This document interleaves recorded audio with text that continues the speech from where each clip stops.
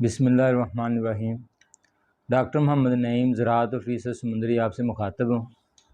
हम इस वक्त डॉक्टर मखदूम साहब के साथ मौजूद हैं, जो कि किसी तारुफ के मुताज नहीं हैं। तो हमने इनसे आज खुसूसी वक्त लिया है ताकि हम अपनी गंदम की पैदावार में खातिर ख्वाह इजाफ़ा कर सकें। तो मैं डॉक्टर साहब को दावत देता हूँ कि वो ज़मींदारों को खादों के शेड्यूल के हवाले से बताएँ। बिस्मिल्लाहिर्रहमानिर्रहीम। नईम साहब, बहुत अच्छी बात की आपने।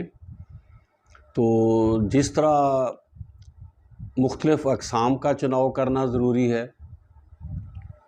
और बीज की मिक़दार डालना ज़रूरी है और वक्त का तयन करना ज़रूरी है, इसी तरह खादों का इस्तेमाल जो है ना वो बहुत ज़रूरी है। तो खादें डालेंगे तो गंदम की फसल जो है ना वो बेहतर अंदाज में परवरिश पाएगी। तो इसके लिए जो अज्ज़ाए कबीरा है ना, सबसे पहले तो उनका ख्याल करना है हमने।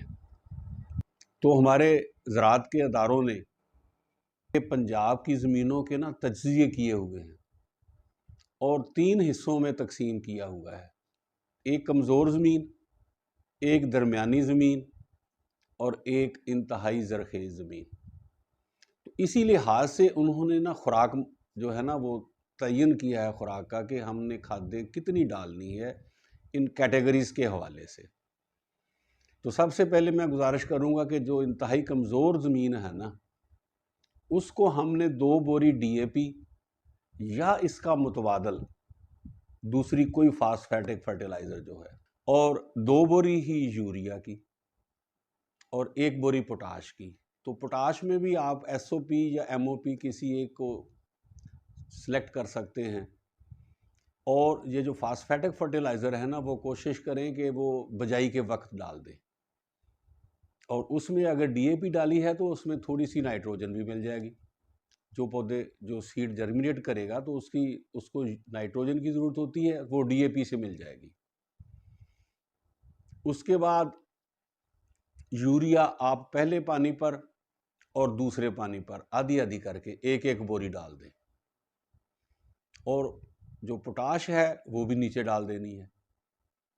और जो दरमियानी ज़मीनें हैं ना, तो उनमें हमें तकरीबन 1.25 बोरी DAP की, 1.5 से 1.25 और इतनी ही यूरिया की और 1 बोरी पोटाश की। और जो इंतहाई ज़रख़ेज़ ज़मीनें हैं उनके लिए हमने यही करना है कि 1.5 बोरी या 1.25 बोरी DAP की और इतनी ही यूरिया 1.5 बोरी तक और 1 बोरी पोटाश की। तो ये खादें हमें डालनी चाहिए। और जैसे मैंने एनालिसिस की बात की थी, तो उसमें हमें ये भी पता चल जाएगा कि हमारी ज़मीनों में नामियाती मादा कितना है, ऑर्गेनिक मैटर कितना है। और अगर ज़मीनों में ऑर्गेनिक मैटर कम है तो खादों का इस्तेमाल जितना भी हम करेंगे वो उतना मुफीद नहीं रहेगा। और अगर नामियाती मादा ज़मीन में हमारी में पूरा हुआ तो कम खाद डालकर भी हम अच्छे नताइज हासिल कर सकते हैं।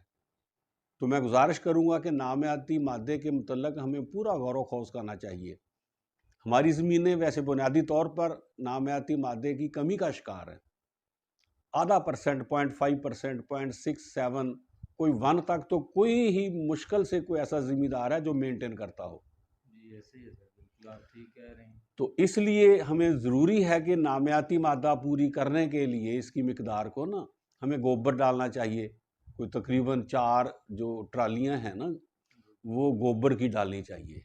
लेकिन ये बजाई से 1-1.5 माह 2 माह पहले इस्तेमाल करना चाहिए इसको। और इसी तरह ही सब्ज़ खाद जो है, ग्रीन मैन्योरिंग, उसको भी जैसे जंतर है और दूसरी फलीदार अजनास हैं, उनको भी मुनासिब वक्त पर काश्त करके ज़मीन में दफन कर देना चाहिए। इससे नामियाती मादा बेहतर होगा और खादों का जो इस्तेमाल है ना वो भी कम हो जाएगा आपके लिए। तो अब अगर मैं अर्ज़ करूं उसके अज्ज़ाए सगीरा की, तो जिसमें जिंक है, बोरान है, कैल्शियम है, सल्फ़र है, मैग्नीशियम है। तो अब हमारी फसलों को इन अज्ज़ा की भी ज़रूरत है। तो वो भी हमें पता तभी चलेगा जब हम एनालिसिस करवाएंगे अपनी ज़मीन का। तो उसके मुताबिक हमने इनको अप्लाई करना है।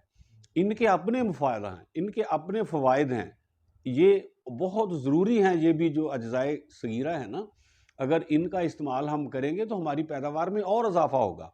जैसे मैं जिंक की एक देता हूँ मिसाल, कि जिंक भी ना हमारे जो एंजाइमेटिक रिएक्शंस हैं ना, 200 से ज़्यादा हैं जिनको ये कंट्रोल करती है।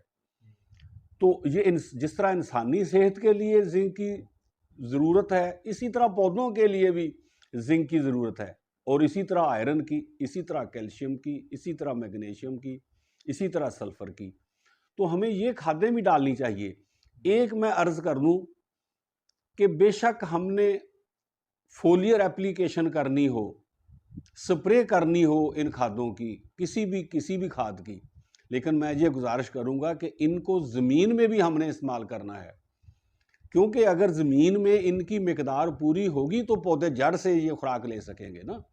अगर हम इसको डालते नहीं हैं और पौधे लेते जा रहे हैं, तो फिर हमारी जो ज़मीनें हैं वो डेफिशिएंट हो जाएंगी। तो फोलियर एप्लीकेशन के लिए मैं नईम साहब से गुजारिश करूँगा कि वो फार्मर्स को इसके हवाले से रहनुमाई करें। मैं ज़मींदारों को आगाह करना चाहता हूँ कि कई साल से मैं जो पत्तों पर स्प्रे है, एक रेसिपी है जिसको मैं पत्तों पे स्प्रे करवाता हूँ, इसके बड़े अच्छे नताइज हैं। और हत्ता कि बहुत सारे ज़मींदार राब्ते में रहते हैं। बलवाल से एक बंदे की कॉल आई कि मैंने जो है भिंडी लगाई हुई है, पौधे की सेहत बहुत अच्छी है, लेकिन वो फल नहीं उसको लग रहा। तो मैंने उसे यही जो पत्तों पे स्प्रे का नुस्खा बताया, तो जैसे ही उसने किया, 2-3 रिपीटेड स्प्रे किए, तो उसका बहुत अच्छा रिज़ल्ट था। इसी तरह ज़मींदार आते हैं, फिर आगे बताते हैं, कपास के बहुत सारे काश्तकार हैं, वो बताते हैं आगे कि कपास को मैंने 3 इसके लगातार स्प्रे किए, तो कपास जो है वो टीलों से भर गई थी और इसका बड़ा बेहतरीन रिज़ल्ट है। तो इसके लिए चाहिए क्या कि मैग्नीशियम सल्फ़ेट 500 ग्राम, बोरिक एसिड 100 ग्राम, कलमी शोरा 500 ग्राम, या कोई भी पोटाश का सोर्स, कोई भी सॉल्युबल पोटाश 500 ग्राम, अगर कलमी शोरा नहीं लेना चाहते तो। और उसके बाद नाइट्रोफास 500 ग्राम और यूरिया 300 ग्राम। इन सारी चीज़ों को लेके आपने अलहदा-अलहदा पानी में हल कर लेना है। उसके बाद इसको 100 लीटर पानी में तकसीम करके शाम के वक्त आपने स्प्रे करना है। और गंदम के हवाले से देखा जाए तो पहला स्प्रे आप गो पे करें, और जब उसके बाद मुकम्मल सिट्टा निकल आए तो आप इसका दूसरा स्प्रे कर दें। तो ये पिछले साल मैंने गंदम पे भी करवाया, बंदे की 58 मन पैदावार थी मुनासिब खाद डालने के बाद। इसी तरह बिल्कुल मुनासिब खाद डाली उन्होंने दहान के हवाले से, तो उसकी 61 मन पैदावार थी। तो ये इसका बहुत अच्छा रिज़ल्ट है। तो मेरी गुजारिश है कि खादों का मुतनासिब इस्तेमाल आप ज़मीन में भी करें, जैसे कि नीचे डालते हैं बिजाई के वक्त, इसके बाद आप ऊपर भी उसका इस्तेमाल करें। और साथ में अगर ये 2 स्प्रे हम कर लें, तो जिसे हम कहते हैं सोने पे सुहागा है, तो ये काम करेगा। तो आप ये जो स्प्रे है आप किसी भी फसल पे कर सकते हैं इतनी मकदार में, तो इंशाल्लाह उसका हर फसल के लिए बहुत अच्छा रिज़ल्ट होगा। तो इन्हीं अल्फाज के साथ मैं डॉक्टर मखदूम साहब का शुक्रिया अदा करता हूँ, जिन्होंने अपना कीमती वक्त निकाला ताकि हम अपने मुल्क को गंदम की पैदावार में खुद कफ़ील कर सकें। शुक्रिया।